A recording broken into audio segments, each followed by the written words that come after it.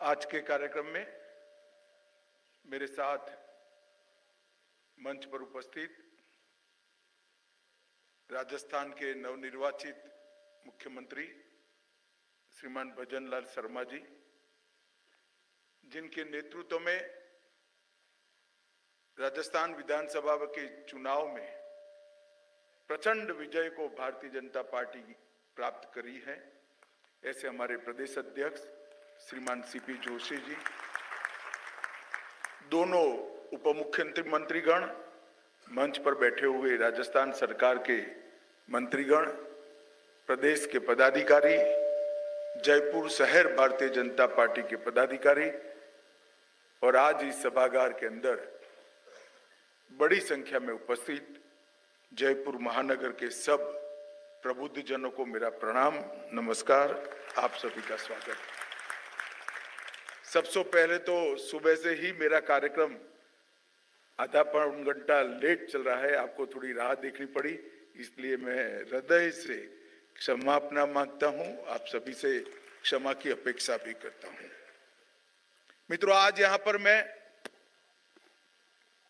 आप सब प्रबुद्ध जनों के माध्यम से राजस्थान की जनता का धन्यवाद भी करने आया हूं और आशीर्वाद भी मांगने आया हूं।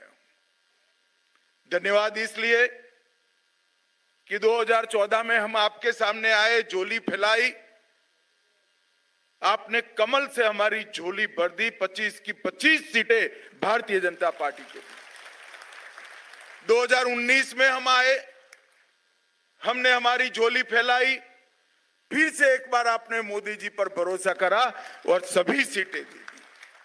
और अभी अभी विधानसभा का चुनाव आया, हम आपके सामने आए, हमने कहा डबल इंजन सरकार बनाइए, राजस्थान के विकास के लिए डबल इंजन सरकार जरूरी है। आपने फिर से एक बार मोदी जी को भरोसा किया और भजन लाल जी को मुख्यमंत्री बनाया।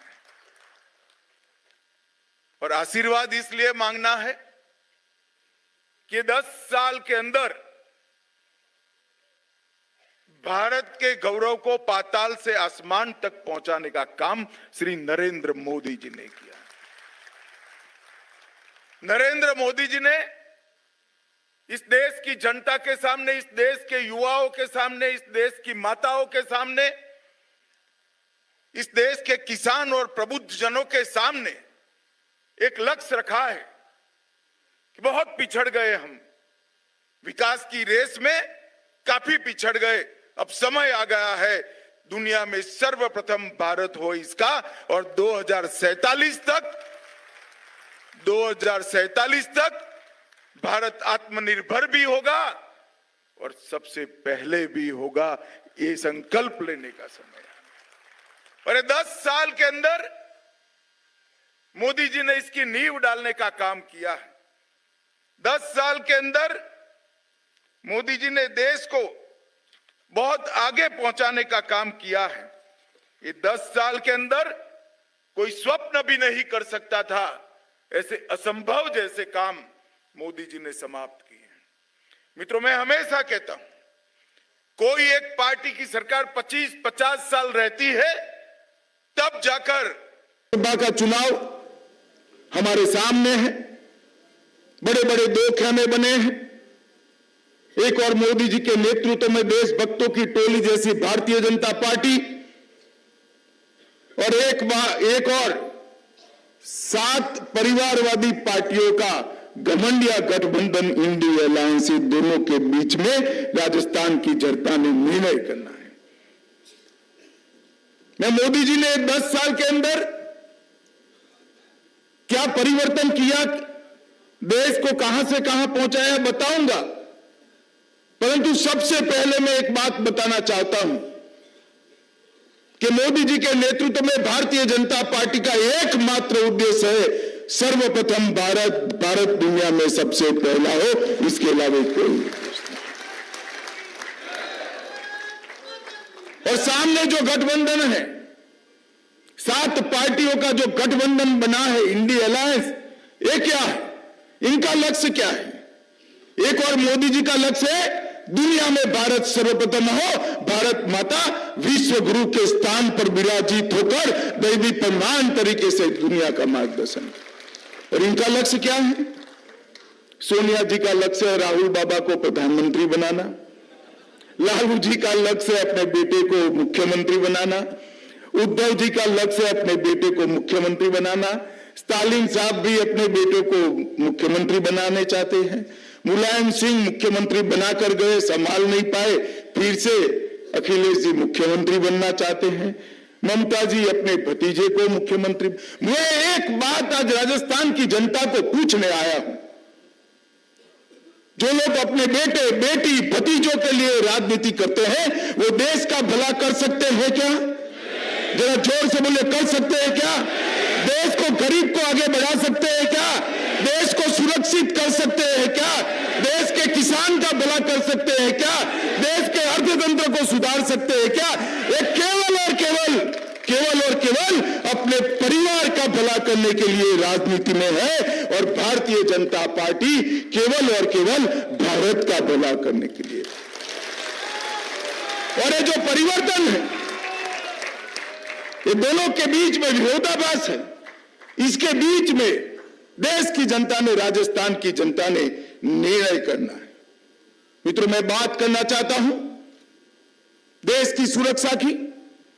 मोदी जी ने अपने दृढ़ नेतृत्व से देश को सुरक्षित करने का फैसला किया और इसको जमीन पर उतारा। हम सब ने मनमोहन सिंह का काल देखा था। 10 साल तक पाकिस्तान से हर रोज आलिया मालिया जमालिया घुस जाते थे, बम धमाके करते थे, कोई जवाब देने वाला नहीं। आपने 14 में मोदी जी को प्रधानमंत्री बनाया और प्रधानमंत्री बनने के बाद उन्होंने फिर से एक बार हिमाकत कर दी, पुंछ में हमला किया और पुलवामा में भी हमला किया। 10 ही दिन में सर्जिकल स्ट्राइक और एयर स्ट्राइक कर पाकिस्तान के घर में घुसकर दिल में तारे दिखाने का काम। आज पूरी दुनिया में पहले 2 ही देश थे जो अंदर घुसकर जवाब देते थे, अमेरिका और इजराइल। ये 2 देशों की सूची में मेरे और आपके महान देश भारत का नाम जोड़ने का काम, जो अपने जीवन का सर्वश्रेष्ठ काल मां भारती की रक्षा के लिए सीमाओं पर देते थे। वो फौजियों के लिए 40-40 साल से 1 रैंक 1 पेंशन का वादा किया गया था, पूरा नहीं करते थे। इंदिरा गांधी से लेकर राहुल गांधी तक 4 पीढ़ी शासन में आई, मगर वादा पूरा नहीं करते थे। मोदी जी ने 4 साल के अंदर ही वादा पूरा कर दिया और लाखों करोड़ों रुपया मेरे सेना के रिटायर्ड जवान और सर्विस के जवानों के बैंक अकाउंट में पहुंच गया। धारा 370, मैंने कई कांग्रेसी नेताओं को सुना है, चंद्रशेखर जी को भी मैंने मेरे मुंह से सुना है कि अमित भाई क्या बात करते हो, 370 हट ही नहीं सकती, आपका चुनावी नारा है।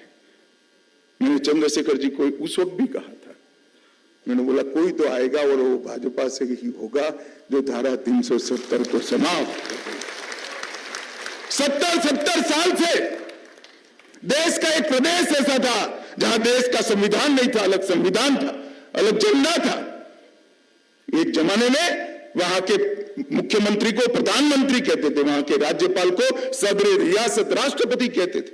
श्यामा प्रसाद मुखर्जी ने 1950 में अपनी जान गंवाई 53 में, इसीलिए एक देश में 2 निशान, 2 विधान, 2 प्रधान नहीं होंगे।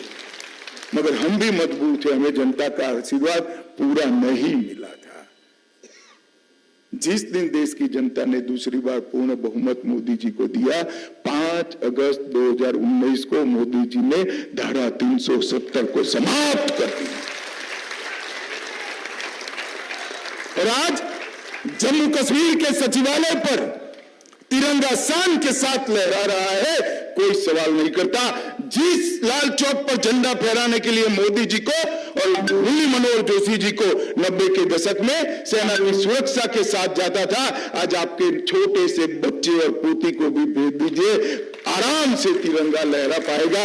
वहां पर जन्माष्टमी भी मनती है, दुर्गा की पूजा भी होती है और कोई रोक नहीं सकता। तो 30 साल के बाद जम्मू कश्मीर के अंदर सिनेमा हॉल चालू हुए, 30 साल के बाद जम्मू कश्मीर के अंदर मुहर्रम के जुलूस निकले, 30 साल के बाद 2 करोड़ से ज्यादा पर्यटक जम्मू कश्मीर गए, किसी का कंकर चलाने का हिम्मत नहीं। 13 संगठनों को प्रतिबंधित कर दिया और सारे टेररिज्म के इकोसिस्टम को समाप्त करने के काम नरेंद्र मोदी जी ने किया। मैं तो आज आपको कहने आया हूं कि मोदी जी ने 370 हटाई है, मोदी जी को 370 देकर देश की जनता आशीर्वाद दे। इस देश में देश के लोकतंत्र को 4 नासुरों ने ग्रसित किया था, परिवारवाद, तुष्टीकरण, भ्रष्टाचार और जातिवाद। ये 4 नासुरों से कलर्ड देश के जनमत और फैसले आते थे। मोदी जी ने 10 साल के अंदर परिवारवाद को समाप्त किया, जातिवाद को समाप्त किया, भ्रष्टाचार को समाप्त किया और जातिवाद को भी समाप्त करने का काम नरेंद्र मोदी जी ने। अरे चारों नासुरों को हटाकर पॉलिटिक्स ऑफ परफॉर्मेंस को एस्टैब्लिश किया।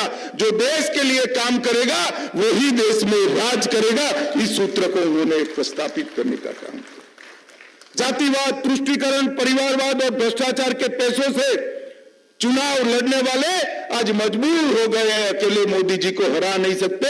ऐसे मंच पर मनमेल न होने के बावजूद लाइन में बैठकर इंडी अलायंस का नाम देकर फोटो अपॉर्चुनिटी कर रहे हैं, मगर मनमेल नहीं है, न सिद्धांत है, न नियत है, न नेता है। कोई नेता तय नहीं कर सकता, कोई बनने के लिए भी तैयार नहीं है, क्योंकि परिणाम निश्चित है। देश की जनता ने तय कर लिया है, 400 पार का फैसला देश की जनता ने किया। इन लोगों के नेतृत्व में देश की विरासत को भुलाने का बहुत बड़ा प्रयास हुआ। मोदी जी ने लाल किले की प्राचीर से कहा कि हम देश की जनता एक फैसला करे कि गुलामी की सारी निशानियों को इस देश से उखाड़ कर फेंकेंगे। इस देश की जनता ने एक सामूहिक इंफीरियरिटी कॉम्प्लेक्स, हिंद भाव से ग्रसित होने की जरूरत नहीं है। भारत सब कुछ कर सकता है, भारत गौरव के साथ दुनिया में आगे बढ़ सकता है। और हर कदम पर कांग्रेस ने विरोध किया। हमने राजपथ, जो पंचम जॉर्ज के आने पर जिसका नाम रखा गया था, किंग जॉर्ज, पंचम जॉर्ज के आने पर राजपथ का नाम बदलकर, क्योंकि हम डेमोक्रेसी में है, नागरिकों के कर्तव्य से ही देश का भला हो सकता है, उसका नाम कर्तव्य पथ रखा। उन्होंने रोकने का काम किया। हमने पुरानी संसद की जगह नवी संसद बनाने का काम किया। एक भव्य संसद के अंदर 21वीं सदी भारत का लोकतंत्र का मंदिर बनाने का काम किया। कांग्रेस ने इसका भी बहिष्कार किया। हमने तय किया कि सोमनाथ के मंदिर को सोने का बनाएंगे, इसका भी उन्होंने विरोध किया। हमने केदार धाम और बद्री धाम को पुनर्जीवित किया, इसका भी विरोध किया। हमने महाकाल लोक बनाया, इस पर भी आरोप किया। हमने पवित्र सेंगोल को भारतीय संस्कृति के प्रतीक, न्याय दंड के प्रतीक पवित्र सेंगोल को लोकसभा में प्रस्तावित किया, इसका भी विरोध किया। और जब हम रामलल्ला का मंदिर बनाने गए तो कांग्रेस ने उसका भी बहिष्कार कर दिया। भाई और बहनों, 550 साल से करीब राम भगवान, रामलल्ला अपमानित अवस्था में जीते थे। आजादी के 75 साल हो गए। टेंट में बैठे हुए रामलल्ला हजारों करोड़ों लोगों के दिल में एक टीस होती थी। करोड़ों राम भक्त सिसकियां लेते थे। और एक दिन अदालत का फैसला आया, शांतिपूर्ण तरीके से मोदी जी ने इसका भूमि पूजन किया और 22 जनवरी 2024 को मनोहरी रामलल्ला के स्वरूप में प्राण भूलकर प्राण प्रतिष्ठा करने का काम भी मोदी जी ने। और दक्षिण से लेकर उत्तर उत्तर तक और पूर्व से लेकर पश्चिम तक और दुनिया भर में करोड़ों आस्थावान सम्मान के साथ ये दृश्य देखकर आंख में आंसुओं के साथ भाव विभोर होते हुए मैंने भी देखा है मित्रों। करोड़ों लोगों ने जिसके लिए हमेशा संकल्प लिया, लाखों लोगों ने बलिदान दिया, वो 525 साल की लड़ाई का अंत नरेंद्र मोदी जी के शासन में हुआ और देश को पुनः इनको ये मंदिर पत्थर से बना हुआ प्रभु श्री राम का मंदिर लगता है।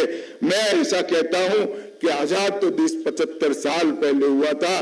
देश के अंदर प्राण फूलने का काम नरेंद्र मोदी जी ने अब किया है। ये देश भारतीय परंपराओं से चलना चाहिए, भारत की संस्कृति के आधार पर चलना चाहिए। ये देश भारत के स्व के आधार पर चलना चाहिए। हमारी भाषाओं का सम्मान करते हैं तो विरोध करते हैं, हमारी संस्कृति का सम्मान करते हैं तो विरोध करते हैं, हमारी परंपराओं का सम्मान कर सेंगोल को प्रस्तापित करते हैं तो विरोध करते हैं। उनका काम ही यही है और सबको आश्चर्य होता है ऐसा क्यों करते हैं। मुझे नहीं होता है, क्योंकि जिनके मूल ही इटली में हो वो इस देश के परंपराओं का सम्मान नहीं कर सकता है। अपेक्षा रखने ही ठीक नहीं है मित्रों। ढेर सारे ऐसे काम करें। सीए लाकर पाकिस्तान और बांग्लादेश से जो अनेक हिंदू शरणार्थी आए थे, बौद्ध शरणार्थी आए थे, जैन शरणार्थी आए थे, उनको नागरिकता देने का काम भी नरेंद्र मोदी जी ने किया। वर्षों से इस देश में ट्रिपल तलाक होने के कारण मुस्लिम माताओं बहनों के साथ अन्याय होता था। ट्रिपल तलाक की अन्यायी कानून को भी समाप्त करने का काम नरेंद्र मोदी जी ने किया। सरदार पटेल, मौलाना आजाद और जवाहरलाल नेहरू, राजेंद्र प्रसाद, ये सभी कहकर गए थे इस देश में समान नागरिक कानून होना चाहिए, यूसीसी होना चाहिए। यूसीसी नहीं लाते थे क्योंकि मत बैंक की चिंता थी। उत्तराखंड सरकार ने देश में पहला राज्य बना भाजपा का जो यूसीसी लेकर आया, कॉमन सिविल कोड के लेकर आया। मित्रों, कई सारे ऐतिहासिक काम मोदी जी ने किए। हमारे यहां 3 बड़े हॉटस्पॉट हुआ करते थे, कश्मीर, वामपंथी उग्रवादी क्षेत्र और नॉर्थ ईस्ट। ये तीनों हॉटस्पॉट आतंकवाद और उग्रवाद के प्रति जीरो टॉलरेंस की नीति के कारण आज बहुत अच्छी स्थिति है। मैं 2004 से 14 में हिंसक घटनाएं 33,000 हुई थी, अब सिर्फ 8,000 हुई है और नागरिकों की मृत्यु 11,000 हुई थी, अब 2,600 हुई है। पूरे तीनों क्षेत्रों के अंदर शांति करने का काम नरेंद्र मोदी जी के नेतृत्व में हुआ। मित्रों, कोरोना आया तब मैं देश का गृह मंत्री था, आज भी हूं। उस वक्त पूरा दुनिया चिंता करता था कि भारत का क्या होगा। हम सब जानते हैं हमारी हेल्थ इंफ्रास्ट्रक्चर इतना अच्छा नहीं था कि हम इस संकट का सामना कर पाए। वो अपने देश की चिंता नहीं करते थे, हमारी करते थे, हमारे प्रति अच्छे भाव से ही करते थे। परंतु जब कोरोना समाप्त हुआ तब स्थिति उल्टी हो गई। उनके यहाँ स्थिति नहीं संभली, हमारे यहाँ 130 करोड़ लोगों को 2 टीका टेक्नोलॉजी का उपयोग कर समय। मैं मेरा अपना ही बात करता हूं। मेरी बहन को यहाँ आना था, उसको सर्टिफिकेट नहीं मिलता था, टीका लग चुका है। मैंने बोला भाई ले लो सर्टिफिकेट, कि नहीं वेटिंग लिस्ट है 180 दिन का सर्टिफिकेट लेने में। मैंने बोला हमारे यहाँ तो भाई टीका लगता है 5 ही मिनट में मोदी जी की हंसती हुई फोटो के साथ सर्टिफिकेट मोबाइल पर आ जाता है। 130 करोड़ के देश में कहीं लाइन नहीं, कहीं धक्का मुक्की नहीं, कुछ नहीं। मोदी जी ने कॉफी भी पिलाया और टीका भी लगा दिया और इसमें भी इन्होंने विघ्न करा। राहुल बाबा ने कहा टीका मत लगाइए, तो मोदी टीका है। जनता उनकी सुनती नहीं, हम सबको मालूम नहीं, सबने टीके लगाए। फिर रात को अंधेरे में जाकर एक बार वो खुद भी टीका लगाकर आ गए। अरे शर्म करो, शर्म करो। कोरोना जैसी स्थिति में भी आप देश में एक मत नहीं रख सकते हो। किस प्रकार का राजनीतिक दल हो? मित्रों, कोरोना के खिलाफ हम लड़ाई जीते, इसका कारण कई लोग मुझे पूछते हैं। कई लोग कहते हैं कि वैज्ञानिकों के कारण जीते, डॉक्टरों के कारण जीते, पुलिस ने अच्छा व्यवस्था करी, जनता सेल्फ डिसिप्लिन थी, ब्ला ब्ला ब्ला, कितने ही कारण कहते। मैं सब हमेशा कहता हूं कोरोना के खिलाफ भारत विश्व में सबसे अच्छा प्रदर्शन कर पाया। इसका एकमात्र कारण है कि पूरी दुनिया में कोरोना के खिलाफ सरकारें लड़ी, यहां कोरोना के खिलाफ सरकार के साथ साथ 130 करोड़ की जनता ने भी लड़ाई लड़ी।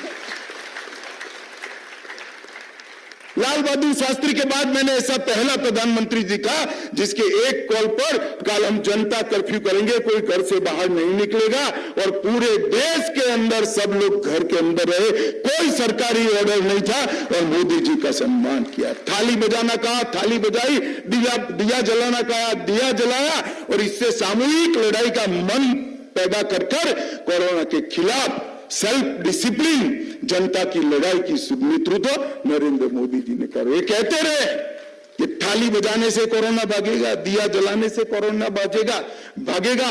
वामपंथी विचारधारा और उसके प्रभावित ग्रसित सभी राजनीतिक दल बोलते रहे।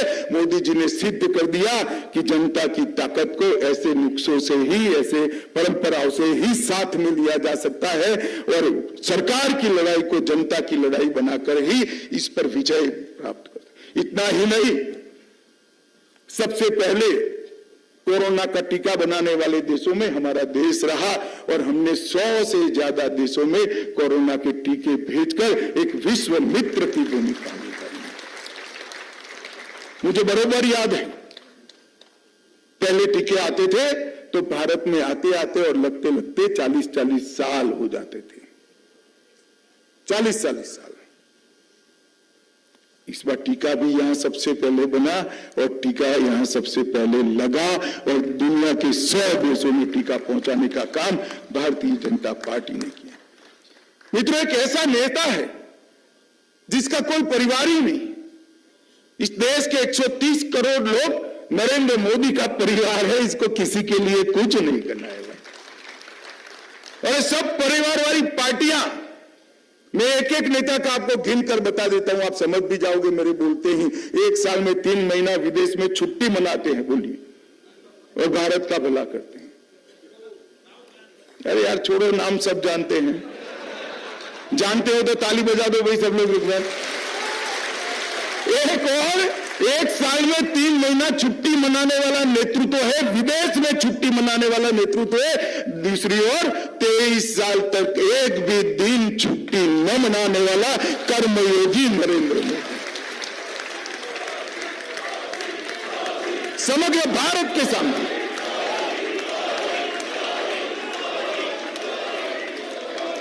आज मोदी जी अपने परिवार की सोचते तो देश के 60 करोड़ लोगों को 5 किलो अनाज हर महीने मुफ्त नहीं मिलता।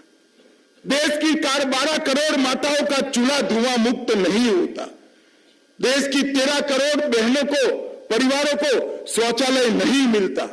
3 करोड़ लोगों को घर नहीं मिलता और इसके साथ साथ देश के 60 करोड़ लोगों को 5 लाख तक की दवाइयां मुफ्त नहीं मिलती। इस सभागार में जो लोग बैठे हैं उनको लगेगा कि क्या अमित भाई इस जमाने में शौचालय की बात करें, शौचालय कोई समस्या है।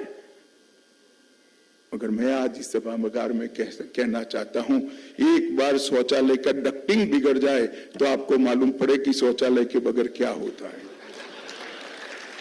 4-4 पीढ़ियां इनकी शौचालय के बगैर चली गई। आजाद हुए 70 साल हो गए, वो मां को शौचालय नहीं मिला था, वो किशोरी बेटी को शौचालय नहीं मिला था।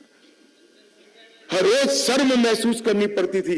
इसीलिए मोदी जी ने 15 अगस्त को लाल किले की प्राचीर से कहा कि मैं देश के हर घर में शौचालय बनाऊंगा, मेरी माता बहनों को श्रम से मुक्त करूंगा और 13 करोड़ शौचालय बनाकर करोड़ों माताओं का सम्मान।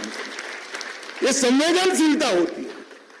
मजाक उड़ा रहे थे कांग्रेस के नेता, शौचालय की बात करते, वो भूल गए महात्मा गांधी कांग्रेस के सर्वोच्च नेता, पूरे देश के राष्ट्रपिता, उन्होंने स्वच्छता और शौचालय की सफाई की थी। वो भूल गए, वो संस्कार चला गया और नरेंद्र मोदी ने वो संस्कार को जमीन पर उतारने का काम किया। मित्रों, कई सारे लोगों को ऐसा लगता है कि मोदी जी वादे करते हैं। मैं आज आपको कहने आया हूं, मैं नजदीक से उनके गुजरात के मंत्रिमंडल में भी रहा हूं, वही रहा हूं, पार्टी का अध्यक्ष भी उनके साथ ही रहा।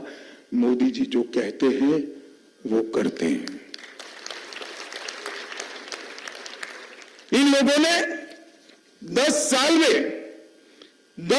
में भारत के अर्थतंत्र को चौपट कर रखा था। अटल जी देश में जब प्रधानमंत्री के रूप में गए, मनमोहन सिंह बने, तब देश का अर्थतंत्र दुनिया के अर्थतंत्र की तालिका में 11वें नंबर पर था। और इन्होंने एक काम अच्छा किया कि 11वें नंबर से 12वें नंबर पर नहीं जाने दिया।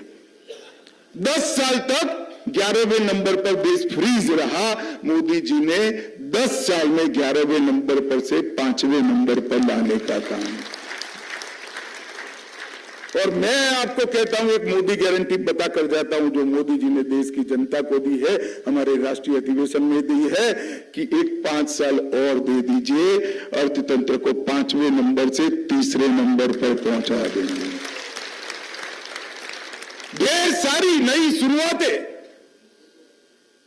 सेमीकंडक्टर हो, हाइड्रोजन का प्रोडक्शन हो, अंतरिक्ष के अंदर जाने की पॉलिसी में बदलाव करना हो, स्टार्टअप शुरू करने हो, ड्रोन की पॉलिसी लाना हो, नई शिक्षा नीति लाना हो, 40 से ज्यादा नीतियां बनाकर मोदी जी ने नीति के आधार पर चलने वाले स्टेट की नींव रखी है। और इन नींव के आधार पर दुनिया में सबसे 1 नंबर पर जाने का लक्ष्य देश की जनता के सामने मोदी जी ने रखा है। मित्रों, भारत की परंपरा है आयुर्वेद और योग, कोई इसको याद नहीं करता था। मोदी जी ने 2014 में प्रधानमंत्री बनते ही 21 जून को अंतर्राष्ट्रीय योग दिन के रूप में सम्मान दिलाने का काम नरेंद्र मोदी जी ने किया। अब पूरी दुनिया 21 जून को योग कर रही है।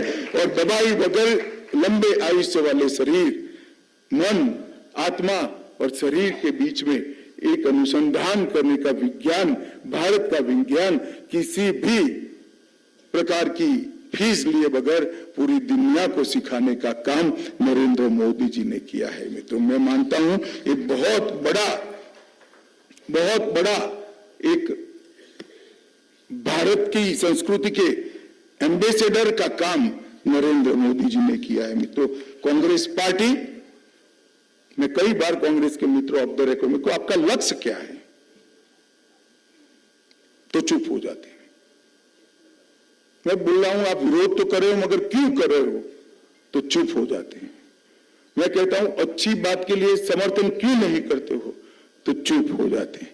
फिर मैंने बोला बार बार चुप क्यों हो जाते हो तो भी चुप रहते हैं। इतना इनके पास ना नेता है, ना नियत है, ना नीति है। नेता भी नहीं है, नीति भी नहीं है और नियत भी नहीं है। ये लोग देश का भविष्य नहीं बदल सकते, ये लोग देश को नहीं बदल सकते। और जब मैं बात करता हूं राजस्थान की, तो मोदी जी ने राजस्थान में गहलोत सरकार होने के बावजूद भी आजादी के बाद सबसे ज्यादा राजस्थान के विकास के लिए कोई 10 साल में काम हुआ है तो नरेंद्र मोदी के शासन में, बीजेपी के शासन में। मैं आज सार्वजनिक कार्यक्रम है, श्री गहलोत को आंकड़े कहकर जाता हूं, गहलोत साहब हिम्मत हो तो इसका जवाब देना पेश कर 2004 से 14 यूपीए की सरकार थी, सोनिया मनमोहन की सरकार थी। डिवोल्यूशन फंड और ग्रांटिंग एड में आपने राजस्थान को 1,61,00,000 रुपया दिया था। जरा जोर से बोलो कितना। मोदी जी ने 14 से 23 9 साल के अंदर 10वां साल बाकी है, आपके 1,61,00,000 के सामने 1,61,000 करोड़ का दिया था और आपके 1,61,000 करोड़ के सामने 6,24,000 करोड़ रुपया की सीधी ग्रांट देने का। इसके साथ साथ 70,000 किलोमीटर से लंबी शहरी और ग्रामीण और नेशनल हाईवे की सड़कें बनाई। इसके साथ साथ 6,000 करोड़ का कोटा में ग्रीनफील्ड हवाई अड्डा मंजूर किया। उड़ान योजना में बीकानेर, जैसलमेर और किशनगढ़ के हवाई अड्डे शुरू किए। लगभग 500 करोड़ से जयपुर का नया हवाई अड्डा बनने जा रहा है और लगभग 35 लाख यात्री हर साल जयपुर आए, इस प्रकार का प्लानिंग किया है। 57,000 करोड़ रुपया केवल और केवल रेलवे के लिए आवंटित किए। 10 नए रेलवे स्टेशन करे और विश्व स्तरीय 10 नए रेलवे स्टेशन जयपुर में बनाने का काम भारतीय जनता पार्टी की सरकार ने किया। 1100 करोड़ रुपया जयपुर की मेट्रो के लिए दिया और राजस्थान की पहली वंदे भारत ट्रेन अजमेर से दिल्ली कैंट तक चालू करने का काम नरेंद्र मोदी जी ने किया।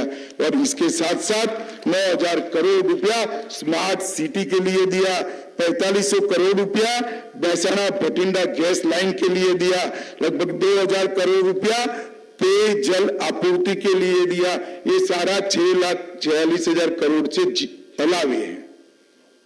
और गहलोत साहब हिम्मत है तो आपका हिसाब लेकर आ जाइए, ये विकास नहीं कर सकते। ये ईस्टर्न इरिगेशन योजना आपकी कब की समाप्त हुई? भजन तो हमारे भजनलाल अभी मुख्यमंत्री बने हैं, 5 साल से सहलाते रहे, इसने एक ही महीने में इसको समाप्त कर राजस्थान के 13 जिलों के पीने के पानी की समस्या समाप्त, क्योंकि ये काम करने वालों की सरकार है, काम करने वालों की पार्टी है, देश के लिए सोचने वाली पार्टी है, देश के लिए मरने वाले कार्यकर्ताओं से बनी हुई पार्टी है। और मैं आज राजस्थान की जनता को आपके माध्यम से कहकर जाता हूं मित्रों कि इस बार निश्चित 400 पार होना है। मैंने अभी सुबह ताली मत बजाओ, सुबह मैंने कार्यकर्ताओं को कहा है कि रिकॉर्ड बनाना बड़ा सरल होता है। 2 बार आपने रिकॉर्ड बना दिया, 25 की 25 दे दी, रिकॉर्ड को टिकाना बड़ी दिक्कत होती है। इस बार भी 25 देना है, देंगे क्या? जरा जोर से बोलिए, देंगे? मोदी जी के नेतृत्व में 400 पार करेंगे, भाजपा 370 पार करेगी, मोदी जी तीसरी बार प्रधानमंत्री बनेंगे, 2047 में विकसित भारत बनाने का संकल्प हम लेते हैं, आत्मनिर्भर भारत बनाने का संकल्प लेते हैं। तो मेरे साथ दोनों हाथ उठाइए और बोलिए भारत माता की, भारत माता की, भारत माता की। बोले जय श्री राम, जय जय श्री राम।